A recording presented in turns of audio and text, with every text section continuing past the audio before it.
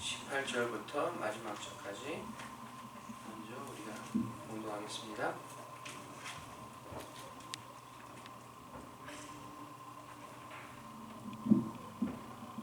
찾으셨어요? 네. 다 같이 읽겠습니다. 두아디라 교회의 사자에게 편지하기를 그 눈이 불꽃 같고 그 발이 빛난 주석과 같은 하나님의 아들이 가라사대 내가 네 사업과 사랑과 믿음과 섬김과 인내를 아노니 네 나중 행위가 처음 것보다 많도다. 그러나 내게 책망할 일이 있노라. 자칭 선자라 하는 여자 이세벨을 내가 용납함이니 그가 내 종들을 가르쳐 꾀어 행음하게 하고 우상의 제물을 먹게 하는도다. 또 내가 그에게 회개할 기회를 주었으되 그 음행을 회개하고자 아니하는도다.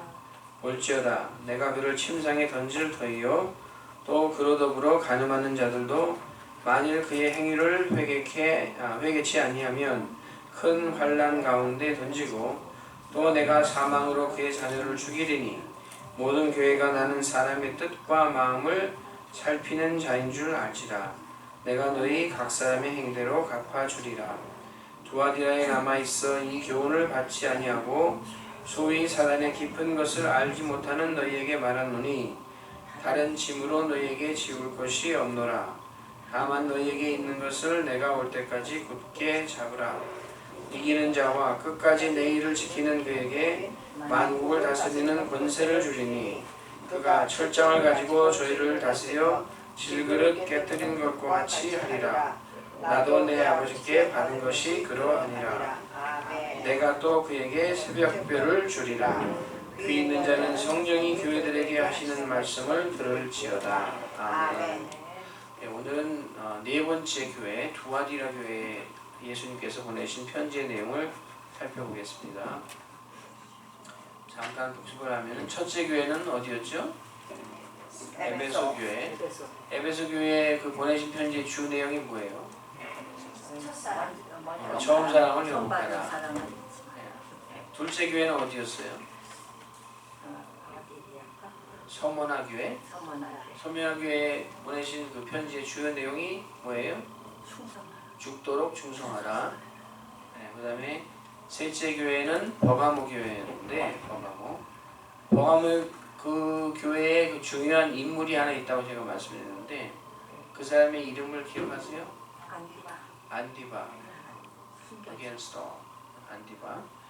그 다음에 드디어 오늘은 이 두아디라 교회에 대해서 잠깐 살펴보겠습니다. 또 지도를 잠깐 살펴보면은 터키가 이렇게 있으면은 반모선이 있고 반모선 건너편에 에베소가 있어요. 에베소에서 70km 정도 올라가면 서머나가 있고 여기서도 한 110km 올라가면 버가모가 있어요. 이 버가모에서 동동남쪽으로 오면은 이 두아디라라는 도시가 나와요. 두아디라라는 도시가 나오는데 성경에 두아디라 출신으로 유명한 사람이 딱 한 사람 있습니다. 그 사람의 이름은 여자인데 이름이 루디아예요. 루디아라는 사람이 나오는데 이 루디아는 어떤 여자냐면은 바울이 이 터키에서 유럽으로 건너가가지고 빌립보에 가서 복음을 전할 때 이 루디아라는 사람이 바울과 그의 일행을 갖다가 전부 자기 집에서 먹여주고 재워주고 하면서 그 집에서 그 사람들이 모여서 예배하는 그 예배의 처소가 되게 했어요. 말하자면 빌립보 가정교회의 그 가정의 주인이 루디아라는 여자예요. 근데 루디아라는 여자는 직업이 뭐냐면은 성경에 뭐라고 나와 있냐면은 자주장사라고 나와요. 자주장사. 이게 뭔지 아세요? 뭘 파는 사람일까요? 자주를. 군대 옷감이라고. 네. 자주는 자주색이에요. 자주색. 그러니까 옛날에는 지금처럼 이렇게 물들이는 그런 기술이 발전하지 않아가지고 옷감에다가 이게 자주색으로 이게 다이 물들이는 일을 하는 해서 그 자주색의 옷감을 파는 거예요. 근데 이 자주색이 자주색의 옷감이 상당히 이렇게 귀쳐졌거든요. 비싸게.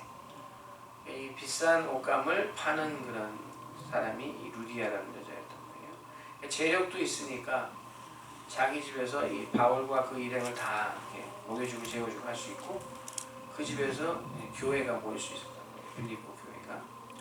그런데 이 두아디라 출신의 이 루디아라는 여자가 이 자주장사였던 것처럼, 이 두아디라는 도시에는 그 발전된 그런 그 산업들이 있었어요. 염색, 또 옷감, 그 다음에는 또 과자 만드는 그런 산업도 발전됐다고 해요.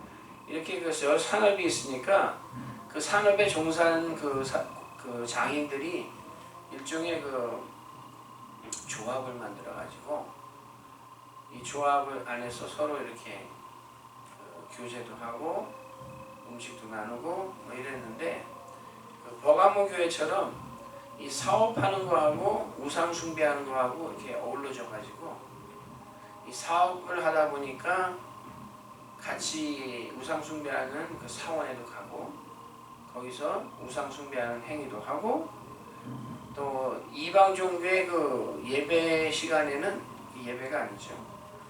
그 사제하고 여사제 음행하는 게 일종의 그 예배의 한 부분이에요. 그러니까 이 도시에 있는 이 그 장인들이, 상인들이 이 조합 활동을 하면서 온갖 범죄를 다 저지르는 거예요. 그래서 여기 지금 나오는 게 뭐냐면은, 너희가 잘한 게 많은데, 두아디라 교회가 잘한 게 많은데 이 이세벨을 용납한 거에 대해서는 내가 책망한다 하고 지금 예수님 말씀하신 거예요. 그런데 여기에 이 두아디라 교회에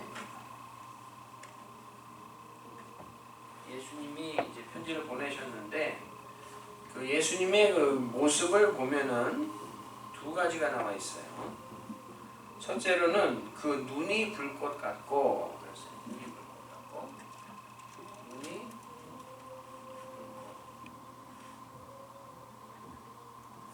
눈이 불꽃 같고 그랬어요. 이 눈이 불꽃 같고라는 말이 무슨 말일까요? 여러분 예수님을 쳐다봤는데 예수님이 눈에서 막 불이 나오면 그러면 예수님 보기가 좀 무섭지 않을까요? 무섭겠지? 몰랐는데 막 불이. 근데 이 예수님이 지금 표현하시는 그 모양이 뭐냐면은, 내가 지금 두아디라 교회에 이 편지를 보내고 있는데 눈이 불꽃 같고, 또 그 다음에 발은 빛난 주석 같고 같은 이런 분으로 내가 지금 편지를 보내고 있다 하는데, 이 뜻이 뭐냐면은 나는 지금 너에게 심판주로 다가가고 있다 그런 말이에요. 심판하시는 분. 하나님의 눈, 하나님은 영이세요. 영.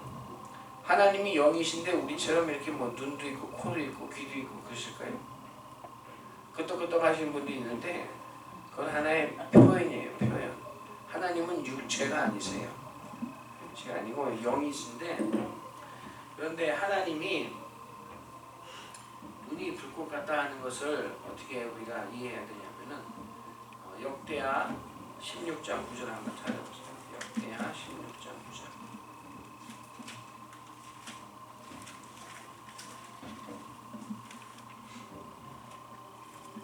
역대하 16장 9절.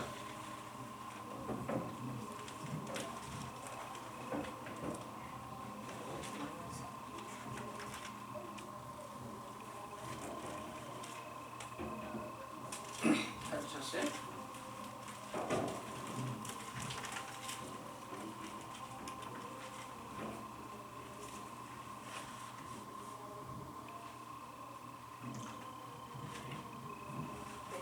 (16장 9절) 역대하 16장 9절 찾으셨으면은 같이 읽겠습니다. 여호와의 눈은 온 땅을 두루 감찰하사 전심으로 자기에게 향하는 자를 위하여 능력을 베푸시나니, 이 일은 왕이 망령 때에 행하였은즉 이후부터는 왕에게 전쟁이 있습니다. 네. 이게 지금 어떤 말씀이냐면은 그 선견자 하난이라는 사람이 있었는데 이 아사왕 때에 유다 나라의 아사왕 때에 이 아사라는 왕이 망령 때에 행하는 일을 했는데 그 망령 때에 행한 일이 뭐냐면은 그 북이스라엘 왕국이 남쪽 유다 왕을 쳐들어왔어요. 바하사라는 왕이 이스라엘 왕이었는데 남쪽으로 쳐들어왔단 말이에요. 그러니까 이 유다 왕이 하나님을 의지하는 사람이었다면 어떻게 해야 됐을까요? 네, 기도해야지. 하나님, 지금 전쟁이 났습니다. 우리 좀 살려주세요. 이래야 될 거 아니에요. 근데 그렇게 하지 않고 이 사람이 어떻게 했냐면은 금은 뭐 이런 보화를 모아다가 더 북쪽에 있는 아람 왕에게 그걸 보내가지고 와서 이 이스라엘 좀 쳐가지고 나를 갖다가 이 공격하는 데서 좀 떠나게 해주십시오. 그래가지고 이 아람 왕이 와서 이스라엘을 쳐가지고 이스라엘 왕이 유다를 공격하려다가 그만두고 돌아갔다. 근데 그것을 보고 이 그 하나님 이 선견자가 와가지고 왕이 그렇게 한 거는 망령되이 한 것입니다. 하나님께서는 하나님의 눈은 온 땅을 두루 감찰하셔가지고 전심으로 그 마음이 하나님께 향한 자가 누군가를 살펴보시고 그런 사람에게 하나님의 능력을 나타냈습니다. 이 예수님의 눈이 불꽃 같다는 것은 예수님이 인생을 다 살펴보시고 제가 지금 성경주를 다 찾아보진 않겠는데 하나님은 인생의 사람의 한 스텝 한 스텝 우리가 일보를 걸을 때마다 그걸 다 감찰하신다고 나와요. 성경에. 그래가지고는 그 사람의 마음에 무슨 생각이 있는가 오늘 그 본문 말씀에도 있잖아요. 나는 마음과 생각을 살펴본다. 하나님이 그것을 살펴보신단 말이에요. 그래가지고 그 마음이 전심으로 전적으로 하나님을 향했는가 아니면은 딴 데로 치우쳤는가 하나님을 의지하는가 아니면은 인간의 방법을 의지하는가 이것을 살펴서 그것에 따라서 심판하신다. 불꽃, 눈이 불꽃 같은. 그 다음에 두 번째는 예수님의 발이 빛난 주석과 같다고 그랬는데 주석이 뭔지 아세요? 브론즈예요. 그 올림픽에 가면은 금메달, 은메달, 동메달 주잖아요. 동.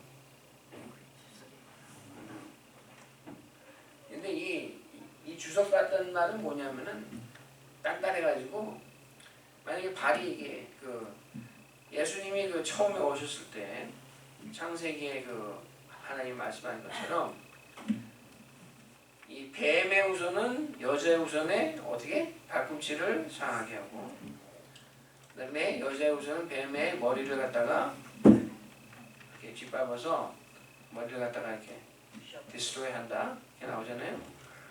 근데 이 뱀이 이렇게 뒤꿈치를 갖다 이렇게 칵 물 수 있었던 거는 초림에 오셨을 때는 예수님이 죽으러 오셨기 때문에 일부러 연약하게 오신 거예요. 연약하게.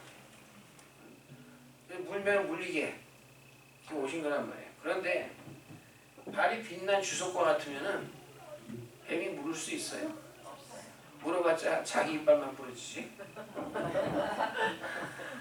이 빛난 주석과 같이 발을 가졌다는 말은 내가 이제 다시 나타날 때는 다시 말해서 예수님이 재림하실 때는 내가 십자가에 죽으러 오는 게 아니기 때문에 그때는 내가 심판주로 오신다는 말이에요. 심판주.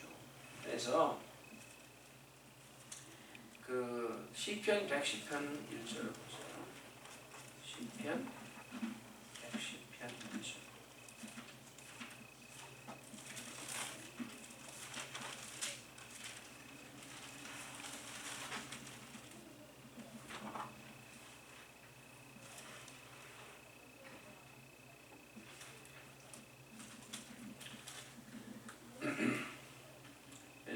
찾으셨어요? 네, 다 같이 읽겠습니다. 여호와께서 내 주에게 말씀하시기를 내가 네 원수로 네 발등상 되게 하기까지 너는 내 우편에 앉으라 하셨도다.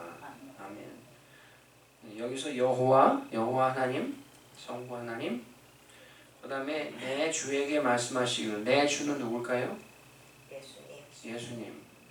이 구절은 신약 성경에도 인용이 됐어요. 그래가지고 예수님이 바리새인들에게 시편의 기자가 여호와께서 내 주에게 말씀하시기를 이렇게 얘기했는데 어떻게 그 예수님이 다윗의 자손이 되겠느냐 하고 질문했더니 바리새인들이 대답을 아무것도 못했죠. 근데 여기서 오늘 살펴보자고 하는 말은 뭐냐면은 내가 내 원수로 내 발등상 되게 하기까지. 이게 무슨 말이냐면은 예수님의 발 밑에 원수가 있단 말이에요. 원수가. 그게 무슨 뜻인 것 같아요? 예수님이 그 원수를 꽉 밟고 이렇게 그냥 짓눌러버리는 그때까지 너는 내 우편에 있으라. 하나님의 보좌 우편에 있으라. 그런 말씀이에요. 그러니까 이 원수로 내 발등상 되게 하는 그때는 언제냐면은 예수님이 다시 오시는 때예요. 재림하실 때는 예수님이 이렇게 그 왕과 주 심판주로 오신단 말이에요. 지금 근데 이 두아디라 교회에 예수님이 어떤 모습으로 지금 말씀하시냐면은 그 눈이 불꽃 같고 모든 것을 감찰하시고 그 발은 빛난 주석과 같아서 이 예수님의 그 적이 예수님을 갖다 상의할 수 없는 그런 분으로 지금 내가 너희들에게 편지를 보낸다 라고 지금 말씀하시고 지금 이렇게 말씀하실 때는 그 편지를 받는 교회가 조금 무서워해야 돼요. 막 눈에서 막 불이 막 튕겨나오는 그런 예수님이 내가 이런 모습으로 너에게 편지한다 할 때는 정신 바짝 차려야 됩니다. 근데 이 두아디라 교회가 예수님의 그 편지 내용을 보면은 그렇게 나쁜 교회가 아니었어요. 두아디라 교회는 칭찬을 많이 받았어요. 칭찬. 근데 여기 보면은 어떤 칭찬을 받았냐? 19절을 보세요. 내가 내 사업과 사랑과 믿음과 섬김과 인내를 아노니 내 나중 행위가 처음 것보다 많도다. 지금 예수님께서 두아디라 교회에 하시는 말씀을 에베소 교회에 하신 말씀하고 한번 비교해서 생각해 보세요. 에베소 교회에는 뭐라고 얘기하셨냐? 내가 네 행위와 수고와 인내를 알지만 너는 처음 사랑을 버렸도다. 근데 이 교회는 사업과 사랑과 믿음과 성기가 인내를 갖고 있었고 나중 행위가 오히려 처음보다 더 많다. 이 두아디라 교회는 뭐 잘한 게 많은 교회예요. 예수님 보시기에 이 믿음이 계속 이렇게 성장하고 그 열매도 더 많아지고 잘한 게 많은 교회인데 예수님이 한 가지 섭섭한 게 있었던 거예요. 그런데 내게 책망할 일이 하나 있다 하고 하시는 말씀이 선지자라 자칭 선지자라는 이세벨을 네가 용납하였다. 그거는 내가 책망한다. 이렇게 이제 말씀하셨어요. 제가 지난주에 지난주가 아니라 제가 지난번에 공부할 때 여러분에게 숙제를 하나 내드렸습니다. 숙제가 뭔지 기억하세요? 그 이세벨에 대해서 그냥 재미있게 한번 그 열왕기하고 역대서에 나온 얘기 한번 읽어보라고 말씀드렸잖아요.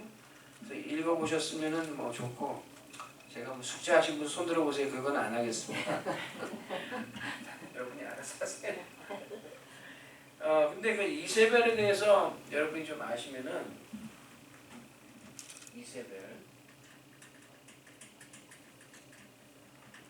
이세벨은 누구의 아내였죠? 아합.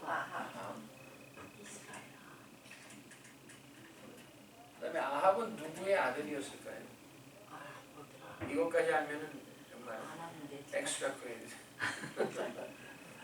오물이라는 사람의 아들이었어요. 맞습니다. 근데 성경에 보면 무슨 얘기가 나오냐면은 이 오므리에 대해서 이 오므리는 이스라엘의 군대 장관이었는데 반란을 일으켜가지고 자기의 왕을 때려 죽이고 자기가 왕이 된 사람이에요. 근데 이 오므리에 대해서 말하기를 뭐라고 얘기했냐면은 이 오므리 전에 모든 사람보다 더 악하여서 하나님이 아주 몹시 싫어한 사람으로 나와요. 오므리는 자기보다 앞선 모든 사람보다 더 악했단 말이에요. 그런데 이 아합은 또 뭐라고 나오냐면은 자기 아버지보다 한 수 더한 거예요. 그러니까 아합에 대해서 뭐라고 하냐면은 이 오므리보다 더 악한 사람으로 나와 있어요. 그런데 왜 이렇게 악했냐 하면은 성경에 뭐라고 나오냐면은 그 악한 이유가 자기 아내 이세벨에게 충동을 받아서 그렇게 악했다. 이렇게 나와요. 이 사람은 정말 악한 사람이고 이 사람은 정말 더 악한 사람인데 그 이유가 이 아내를 잘못 뒀기 때문에 그랬다는 거예요. 한번 찾아보세요. 열왕기상 21장 25절.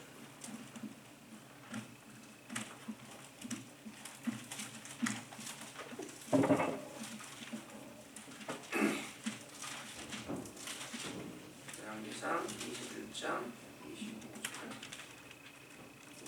20장 몇 절이요? 25절. 21장 25절.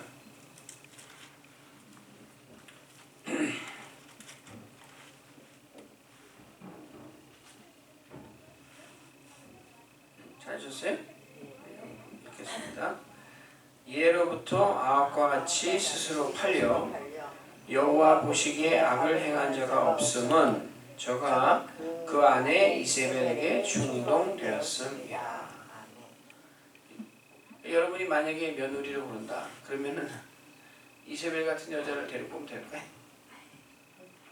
안 되겠지?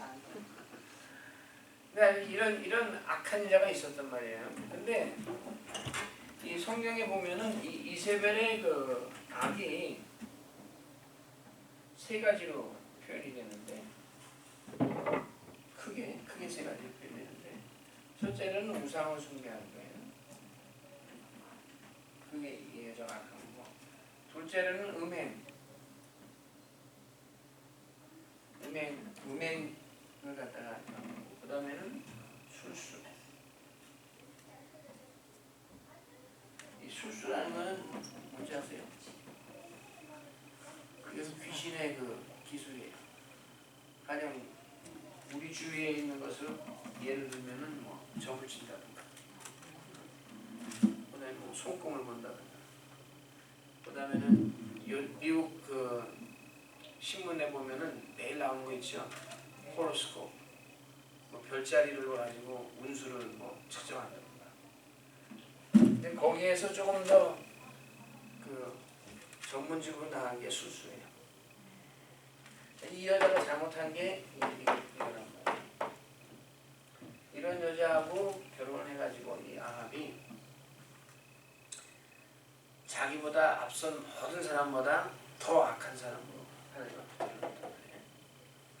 근데 이 북왕국의 이 왕이었는데 북왕국의 아합이 왕일 때에 남왕국의 그 임금이 누구냐면은 여호사밧이라는 사람이 있었어요. 여호사밧이라는 왕이 있었는데 이 여호사밧이라는 이 이름의 뜻이 뭐냐면은 하나님은 여호와는 심판하신다, 그런 뜻이에요. 여호와는 심판하신다. 여호사밧. 아까 우리 그 예수님 모습하고 비슷하잖아요. 예수님은 눈이 막 불꽃 같고 발이 주석 같고 심판주 오시는데 마침 그 여호사밧이라는 이 이름의 뜻도 여호와는 심판하신다, 그런 뜻이에요. 그러니까 이세벨이 북왕국의 그 왕비로 있을 때에 남왕국 유다 왕국의 그 왕이 여호사밧이었어요. 근데 이 여호사밧은 그 아버지가 아사예요. 아사. 이 아사가 아까 누구냐면 아까 우리가 읽을 때 그 하나냐에게 책망을 받았던 그 왕이란 말이에요. 자, 하나님 여호와의 눈은 땅을 두루 감찰하셔서 그 마음이 전심으로 하나님에게 그 쏠려 있는 자가 누군가 살펴보시는 그 책망을 받은 왕이 아사예요. 그 왕의 아들로 이 여호사밧이 태어나가지고 이 사람이 그 성경에 보면은 잘한 게 너무 많아요. 하나님 보시기에 잘한 게. 어떤 일을 했냐면은 왕이 딱 되니까 산당을 다 제해버리고 그 다음에는 자기 그 방백 또 레위인들을 갖다가 나라에 쫙 보내가지고는 백성들에게 하나님의 법도가 뭔지를 가르치게 했어요. 그러니까 이 나라를 하나님의 법도로 딱 정비를 하는 그런 왕이라는 거예요. 얼마나 착해. 그리고 그 다음에는 그 침략을 받았거든요.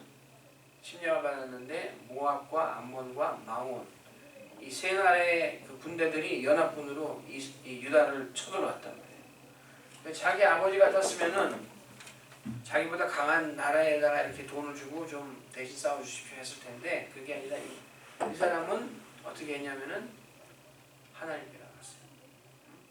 하나님께 나갔어요. 하나님이 하나님의 벗 아브라함에게 이 땅을 주시기로 약속해가지고 우리가 지금 이렇게 살고 있는데 이 이방 나라 사람들이 지금 쳐들어오고 있습니다. 하나님이 알아서 좀 해결하세요. 그랬더니 하나님이 선지자를 통해서 하시는 말씀이 너희는 나가서 싸울 필요 없다. 내가 하라는 대로만 해. 하고서는 전쟁에 나가려면 보통 누구를 내보냅니까? 군대를 내보내죠. 군대. 근데 이 여호사밧 왕이 어떻게 했냐면 하나님의 말씀을 따라가지고 전쟁에 나가는데 성가대를 내보냈어요. 성가대를 내보내가지고는 성가대에 나가면 뭐하죠? 찬양하지. 하나님을 찬양한단 말이에요. 하나님을 찬양하니까 그냥 그 찬양하는 동안에 전쟁이 해결나보는 거예요. 이 쳐들어왔던 것들이 다 쑥밭이 돼가지고 다 무찌를 수 있게 돼버렸습니다. 그러니까 전쟁을 성가대를 가지고 이긴 그런 왕이에요. 얼마나 이 사람이 하나님 보시기에 그 착한 왕이었어요. 그런데 이 착한 왕이 이 두아디라 교회처럼 두아디 교회는 잘한 게 많다고 했잖아요. 나중에가 처음인 걸 같다. 또 여호사밧 왕도 착한 게 많단 말이에요. 그런데 이 사람이 잘못한 게 있는데 딱 하나예요. 딱 하나. 이 사람이 아들이 있는데 아들이 여호람이에요. 이 여호람이라는 아들을 위해서 며느리를 데리고 왔는데 누구를 데려왔냐면은 이 아합집의 딸을 데리고 왔어요. 아달랴라는 딸이 있었는데 이 아달랴라는 딸이 자기 엄마 이세벨 못지않게 악녀예요. 그래가지고 이 여호람을 위해서 이 아달랴를 데리고 와서 결혼을 시켰단 말이에요. 그래서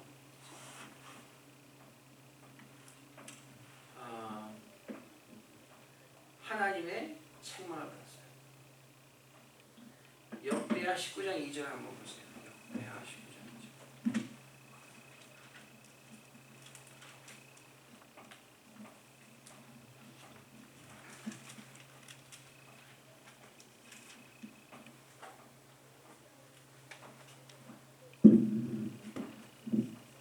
찾으시면 역대하 19장 2절. 역대하 19장 2절.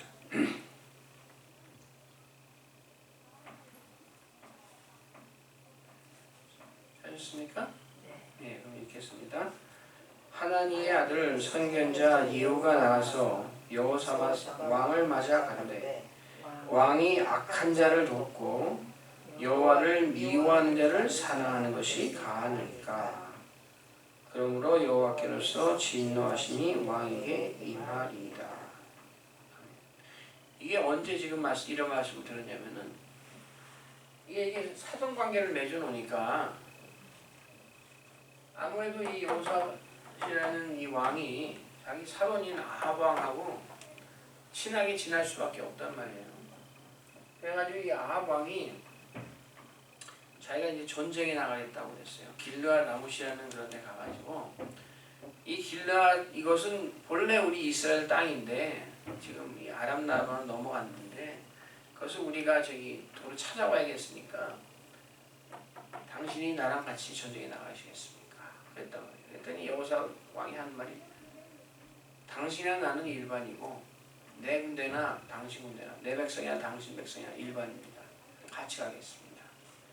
그래가지고는 성경을 찾아보면 미가야라는 선지자가 이 전쟁은 하나님께서 이 아합 왕을 죽이기 위해서 일으키신 전쟁이니까 안 가는 게 좋다는 것을 말씀했는데도 불구하고 따라 나갔어요. 그래가지고는 이 전쟁터에서 이 아합은 죽고 여호사밧 왕도 죽을 뻔하다가 간신히 목숨만 부지해서 예루살렘으로 지금 도망 나온 거예요. 그랬을 때 이 선견자 예후가 나와서 하는 말이 왕이 악한 자를 돕고 여호와를 미워하는 자를 사랑하는 것이 가하니까. 우리가 살 때 우리가 지금 여기서 우리가 받아야 되는 그 레슨이 뭐냐면은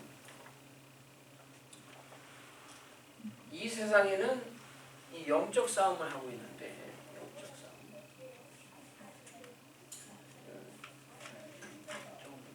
영적 싸움을 하고 있는데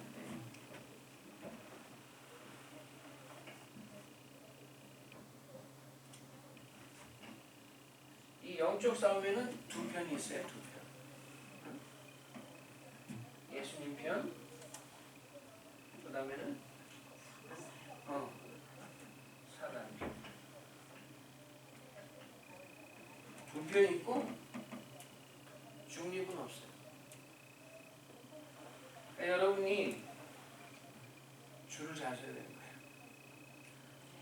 예수님 편에 서든지 사탄 편에 서든지 예수님 편에 선 것처럼 하면서 사단 편에 있는 사람들하고 짝짝꿍하고 이러면은 하나님 보시기에 얘는 도대체 뭐야 이거? 내가 지금 전쟁에 나가는데 저 사탄 편하고 지금 싸움 나가는데 내 편 안에 저쪽 편에 있는 사람들하고 짝짝꿍하는 그런 주제가 있으면은 전쟁할 수 있어요? 우리나라 역사만 살펴봐도 옛날부터 정말 나라가 튼튼한 나라가 많았는데 다 망한 이유가 뭐냐면 내부에서 이중 그 마음을 가진 사람들이 나와가지고 고구려도 망하고 조선에서도 뭐예요? 망한 이유가 뭐예요? 우리나라 안에 있는 이 반역자들 때문에 나라가 망해요. 예수님 편에 있든지 예수님 편에 있으면서 사단 편에 동정을 주면 안 된다. 한 편 또 한 번 찾아보겠습니다. 시편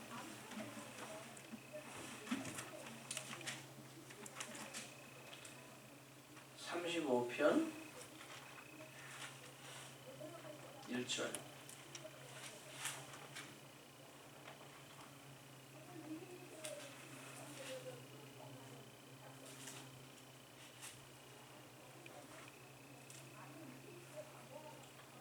찾으셨어요? 네. 다 같이 읽겠습니다. 여호와여, 나와 다투는 자와 다투시고 나와 싸우는 자와 싸우소서. 아멘. 이거는 이제 다윗의 시라고 나와 있죠. 여러분도 만약에 전쟁에 나간다면은 이런 기도 하고 싶어요? 그럼 하나님이 여러분에게 혹시 이렇게 대답하실지 몰라요. 나는 하나님께 기도하기를, 하나님, 내가 지금 전쟁에 나가는데 내 적과 좀 싸워주시고 나랑 싸우는 자와 좀 싸워주세요. 이렇게 기도한단 말이에요. 그러면은 하나님의 대답은 뭐냐면은, 야 아무개야, 이 전쟁은 네 전쟁이 아니라 내 전쟁인데 영적 싸움인데 너가 내가 적으로 여기는 그 존재들하고 적이 되겠으며 아멘. 내가 친구로 여기는 그런 사람들하고 친구가 되겠느냐. 아멘. 그게 하나님이 물으시는 거란 말이에요. 아멘. 그 차이를 알겠어요? 아멘. 내 편에 서가지고 하나님 좀 내 편이 돼주세요 이러는 거하고 하나님이 네가 내 편이 될래? 하고 질문하실 때 저는 뭐 내 편 남편 없습니다. 저는 무조건 하나님 편입니다. 아멘. 하나님이 가신 대로 난 따라가고 하나님이 좌하면 저도 좌하고 하나님이 우하시면 저도 우하고 아멘. 하나님이 그냥 똑바로 가시면 저도 똑바로 가고 아멘. 하나님 편에서 서서 아멘. 하나님의 적은 내 적이요 아멘. 하나님의 친구는 내 친구입니다 아멘. 하는 게 이 시편 35편의 1절의 그 기도보다 어떻게 보면 더 우수한 기도예요. 아멘. 나와 싸우는 자와 좀 싸워주세요. 내 적과 좀 적이 돼주세요 하는 것보다 하나님의 적이 내 적이고 아멘. 하나님의 친구는 내 친구입니다. 아멘. 이런 그 기도가 우리에게서 나와야 된다는 거예요. 아멘. 근데 이 여호사밧왕이 잘못한 게 뭐냐면은 이 아합이나 이세벨은 하나님의 미워하시는 사람들이란 말이에요. 아멘. 이 우상 숭배하고 음행을 저지르고 술수 하나님이 싫어하시는 것들만 골라서 하는 이 존재들을 이 여호사밧이 가까이 해가지고 사돈 삼아가지고 자기 아들을 위해서 이 아달랴라는 나쁜 여자를 갖다가 며느리로 데리고 왔단 말이에요. 이 여호사밧이 잘한 게 엄청 많았음에도 불구하고 전쟁에 나가서 그냥 성가대를 내보내가지고 이기는 그런 정도까지 했음에도 불구하고 이 여호람이 왕이 됐다가 자기 아버지가 죽은 다음에 이 여호람이 왕이 됐는데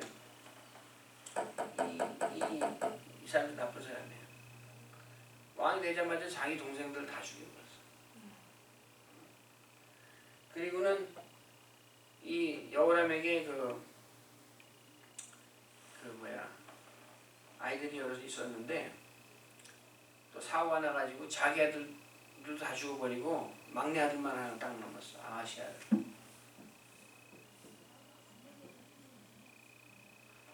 아하시아는 이 아들이 하나 딱 남았다. 그러니까 아달랴하고 차이에서 나온 아들인 거예요. 그러니까 아하시아가 왕을 조금 하다가 금방 죽어버렸어요.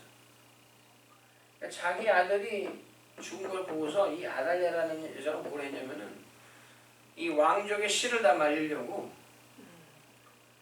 이 집안에 있는 남자들을 죄다 죽여버렸단 말이에요. 한 사람만 피했어요. 한 사람만. 그래서 요아스라는 이 왕자 하나만 피하고 다른 왕족은 죄다 죽어버렸다고. 이 얼마나 나쁜 여자예요. 그래도 자기 자손인데 이 다윗 집안의 이 남자를 갖다 씨를 말리려고 이건 뭐야? 이거 사단에게 이거 쓰임을 받고 있는 거 아니에요? 사단은 이 다윗의 씨에서 예수님 나오면 안 되니까. 그랬다가 이 여자가 그렇게 반란을 일으켜서 자기가 여왕이 돼가지고 이스라엘을 6년을 그렇게 다스렸어요. 이 요아스가 자라날 때까지. 그러다가 요아스가 그 대지상 집에서 숨어서 크다가 조금 크니까 이 대지상이 다시 군대를 모아가지고 이 아달랴를 때려부시고 다시 유다 왕국을 제대로 세웠단 말이에요. 그러니까 이런 엄청난 비극이 이 여호사밧 왕이 제대로 하지 못했기 때문에 일어났다는 것을 기억하시기 바랍니다. 근데 여기 보면은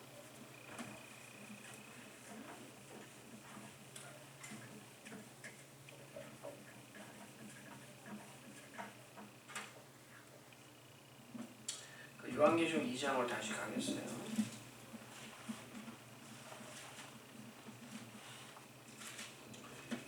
그 예수님이 이 두아디라 교회에게 책망하시면서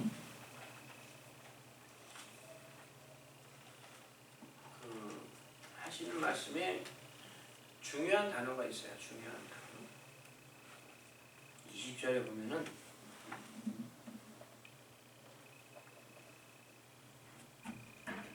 이세벨을 네가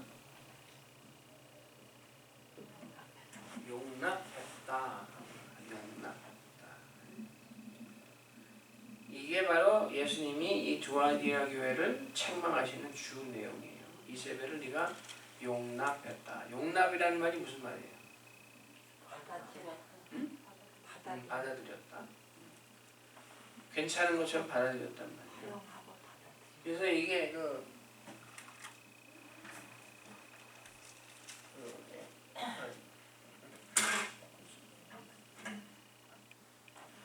에아오 헬란 말로 에아오인데 이 용납했다는 말이 에아오. 이게 무슨 말이냐면은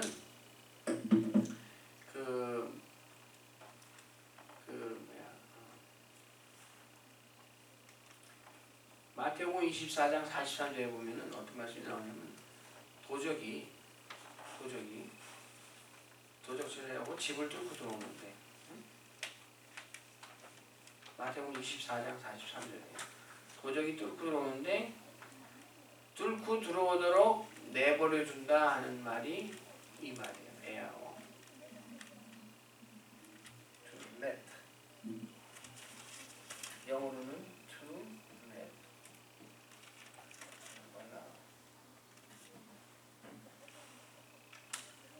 이 도적이 들어오는데 도적이 들어오도록 내버려뒀다 하는 말이. 근데 이 용납한다는 말하고 우리가 같이 생각해야 될 말이 하나 있는데 뭐냐면은 대조되는 말이 용서라는 말이에요. 용서는 뭐예요? 잘못한 거를 그냥 아닌 것처럼 그냥 이렇게 지워버리겠다. 그거 아니에요, 용서. 우리가 기독교인으로서 우리가 강조하는 것 중에 하나가 뭐냐면은 우리는 예수님 말씀에 원수도 어떻게 하라고? 사랑하라. 원수도 사랑하라. 그러면 이세벨 이런 악한 여자가 있는데 하나님의 적이란 말이에요. 하나님의 적. 이런 하나님의 적을 갖다가 그럼 예수님의 말씀처럼 우리가 용서해야 돼요? 아니면 용납해야 돼요? 아니? 아니. 그럼 어떻게 해야 돼요? 때려 부셔야 돼? 하나님이 미워하는 대로 미워하고 하나님이 싫어하는 대로 싫어하고 그것을 드러내서 밝히고 그리고 물리쳐야지. 그러니까 이 용서라는 거에는 이게 좀 이 용납한다는 거하고 용서한다는 거하고 아주 세미한 차이가 있는데 이 용서하기 위해서는 그 다음에서 예수님이 하신 말씀에 원수도 사랑하고 원수도 용서하라 하는 그런 말씀을 예수님이 원수 사랑하라고 하셨잖아요. 그 말씀이 틀린 말씀은 아니죠. 예수님이 하셨으니까 틀릴 수가 없잖아요. 용서한다는 말에는 뭐가 포함되어 있냐면은 그 잘못한 사람이 죄를 깨달아가지고 그 다음에 해야 되는 게 뭐죠? 회개. 회개하도록 이끌어주는 것까지 포함되어 있는 거예요. 그래서 여기 요한계시록 2장에 보면은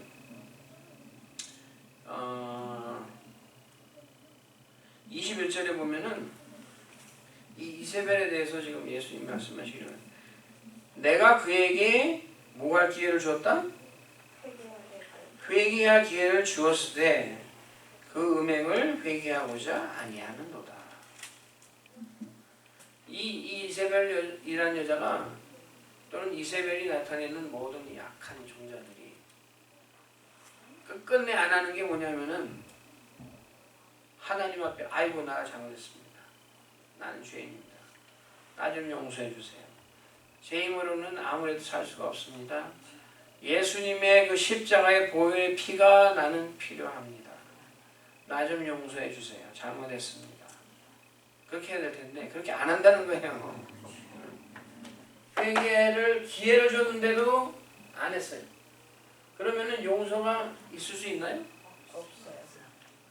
그 요한 1서에 보면 어떤 말이냐면 우리 하나님은 미쁘셔가지고 우리가 우리 죄를 자백하면은 널리 용서해 주시는데 만약에 내가 끝끝내 나는 죄 없습니다 하고 막 이렇게 우기면은 내가 하나님 보고 하나님 당신이 거짓말쟁입니다 이렇게 말하는 게 된다고 요한 1서에 나와있어요.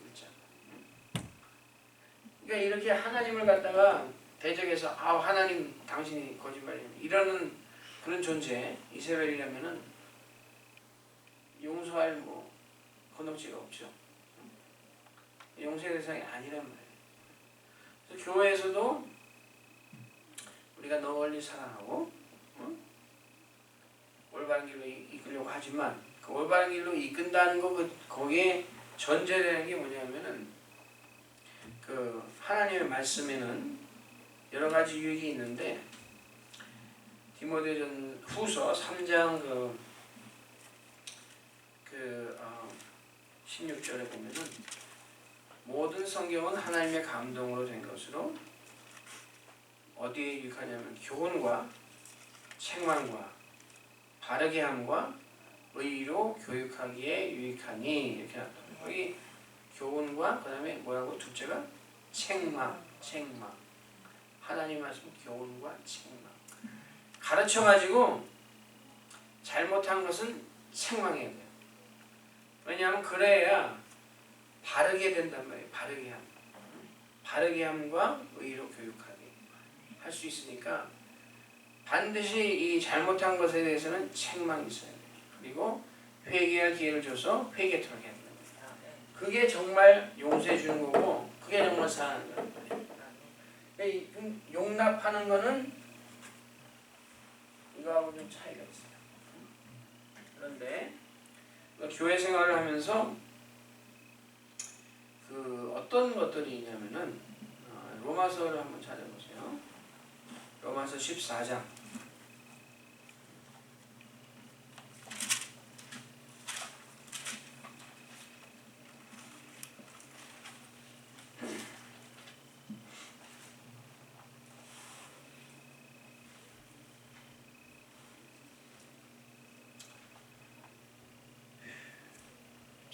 찾으셨어요? 네. 로마서 14장 1절부터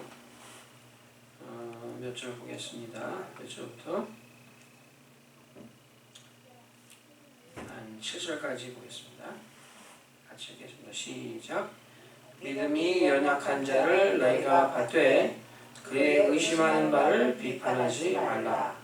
어떤 사람은 모든 것을 먹을 만한 믿음이 있고 연약한 자는 채소를 먹느니라.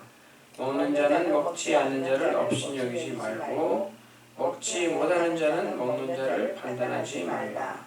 이는 하나님이 저를 받으셨음이니라. 남의 하인을 판단하는 너는 누구뇨? 그 섰는 것이나 넘어지는 것이 제 주인에게 있음에 저가 세움을 받으리니 이는 저를 세우시는 권능이 주께 있음이니라.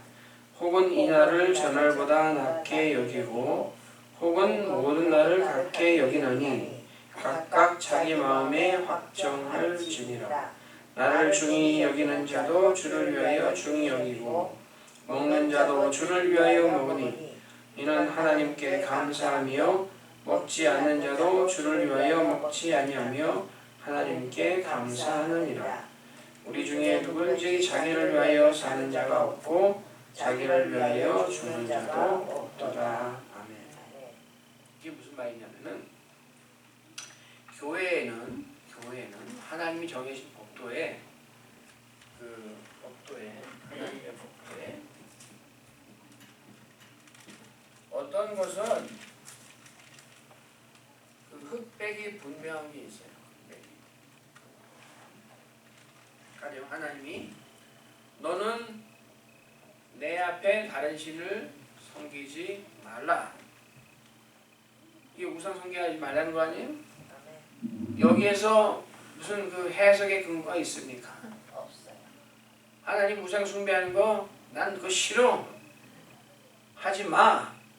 하셨는데 우리가 하나님, 글쎄 하나님 제가 생각해 보니까 이거는 우상 숭배 한 50%는 우상 숭배 같고 50%는 아닌 것 같은데 뭐 이렇게 하나님 째잔하게 이렇게 그러십니까? 내가 하나님께 썬데이에 와서는 예배도 드리고 또 나머지 6일 동안에 나 세상에 살 때 좀 이런 다른 일도 해도 좀 되는 거 아닙니까? 이런 식으로 하면은 하나님이 기뻐하지 않으시죠? 기뻐하실까요? 아니지. 하나님이 분명히 갈라놓으신 게 있어요. 이거는 백, 이거는 흑, 이거는 선, 이거는 악. 이거는 내가 기뻐하는 거, 이거는 내가 싫어하는 거. 하나님이 분명히 말씀하신 게 있단 말이에요. 이런 거에 대해서는 우리가 입장을 분명히 해야 돼요. 아까 그 시편 우리 읽으면서 얘기했잖아요. 35편. 나는 무조건 하나님 편입니다. 응? 하나님이 100이라고 하시면 나는 100입니다. 하나님이 적이라고 하시면 나는 그건 나한테도 적입니다. 이런 식으로 우리가 분명히 입장을 가게 되는 게 있다면 그와 반면에 여기 로마서 14장에서는 그 14장 1절에 뭐라고 나왔냐면은 그 의심하는 바라는 게 나왔잖아요. 의심하는 바. 믿음이 연약한 자를 너희가 받되 그의 의심하는 바를 비판하지 말라. 의심하는 바. 한국말로는 이렇게 의심하는 바라고 이렇게 번역을 해놨는데 영어로는 뭐라고 써놨냐면은 disputable matters.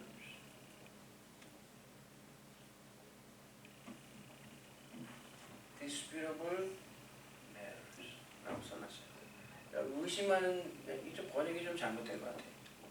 그 의심하는 바가 아니라 이 disputable matters라는 게 뭐냐면은 논란의 대상이 있을 수 있는 것이다 그런 말이에요. 우리 신앙생활에도 논란의 대상이 있을 수 있는 것들이 있다는 거예요. 그런 걸 가지고 다른 사람들을 갖다가 판단하거나 정죄하지 말라는 거예요. 그리고서는 사도 바울이 하는 얘기가 뭐냐면은 이 disputable matters에 있는 것들의 예가 뭐냐면은 날에 관한 것 또는 음식에 관한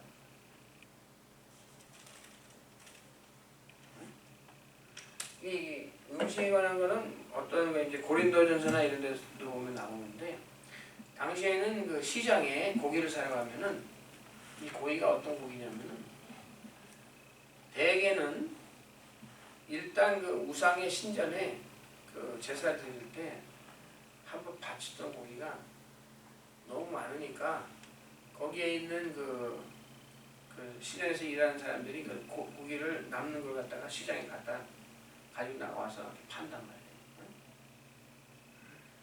그러니까 이 고기가 한 번 우상에게 그 바쳐졌던 고기니까 어떤 사람들은 난 이건 먹으면 안 될 것 같은데 하고는 자기는 안 먹어요. 오케이, 안 먹어도 괜찮은데 그러면은 거기서 끝나면 되는데 또 어떤 사람은 모든 음식은 하나님이 주신 건데 내가 뭐 이용하되 껄낌을 받을 필요 있냐 하고 그냥 먹는단 말이에요. 그러면은 이 먹는 사람하고 안 먹는 사람이 있는데 서로 판단하는 거예요. 저 사람은 뭐 신앙이 좋은 줄 알았더니 저 고기도 막 먹네. 응?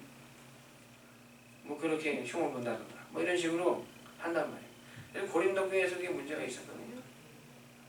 그러니까 사도 바울이 그때 그 고린도 교회에 그 얘기한 게 뭐냐면은 먹어도 되고 안 먹어도 되고 그것 때문에 죄 짓지 말라. 우리에게 다 가하다. 이거는 하나님이 그렇게 귀중하게 중요하게 보시는 게 아니라는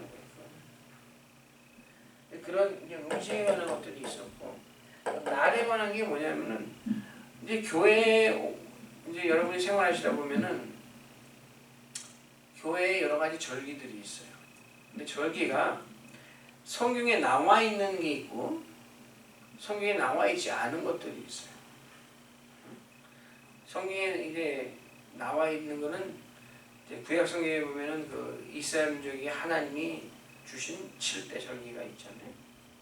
근데 그것이 이제 신약 시대 와서는 그 형태가 이제 바뀌어 나가는 게 있는데, 그 절기를 주셨을 때는 그 이유가 뭐냐면은 그것이 나타내는 그 예수님의 사역, 그것을 갖다가 이 절기의 형태로 보여주시기 위해서 하신 거거든요. 가령 예를 들어서 6월절, 6월절을 주신 이유가 뭐예요? 어린 양으로 희생당하실 예수님을 예표해서 주신 절기다.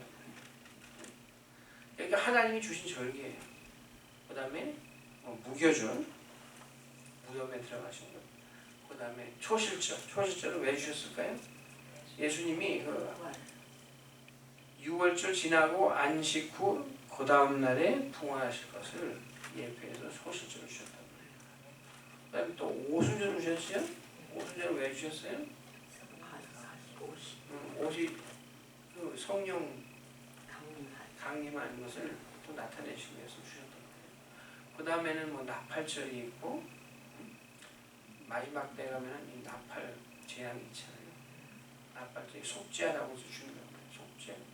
그 다음에는 장막절이 있잖아요. 장막절은 왜 주셨을까요? 예수님이 그 자기의 백성을 다 자기 장막으로 거둬들이는 수장절이라고도 하거든요. 장막절을 추수하는 계절이에요. 추수.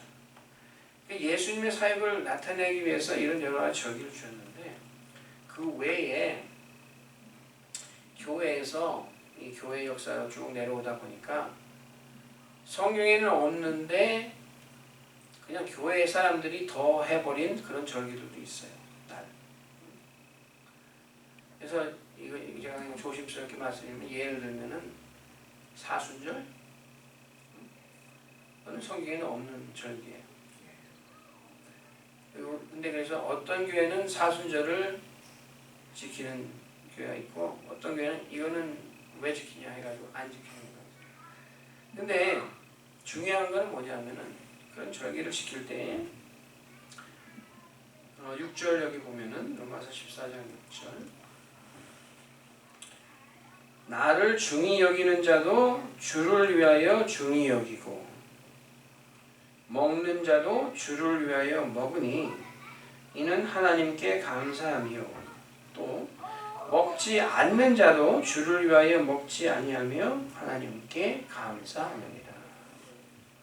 중요한 것은 이 날이나 음식이나 이런 것에 대해서 하나님이 별로 중요하지 않게 생각하시는 것에 대해서 그것을 가지고 우리가 서로 교회 안에서 판단하고 이러는 것은 옳지 않다는 거예요. 중요한 것은 그것을 먹는 자건 안 먹는 자건, 나를 지키는 자건 안 지키는 자건, 그 동기가 주님을 위해서 하는 것인가, 아니면 내 무슨 그 습관에 따라서 하는 것인가, 그게 중요한 거예요. 주를 위해서 한다면은, 또 주를 위해서 내가 살고 주를 위해서 죽는다면은 거기에 대해서 하등에 우리가 그 비판할 여지가 없는 거가 되겠죠. 그러니까 그 우리가 신앙생활 하는데 용서, 용납, 이 중요한 개념이 있는데, 이 논란의 여지가 있는 부분에 대해서는 우리가 판단하지 말고 어느 정도 허락을 해야 돼요. 가령 여러분이 옷을 입고 오셨는데, 오늘 주일날 옷을 입고 오셨는데, 어떤 분은 약간 흰색에 검은색 줄이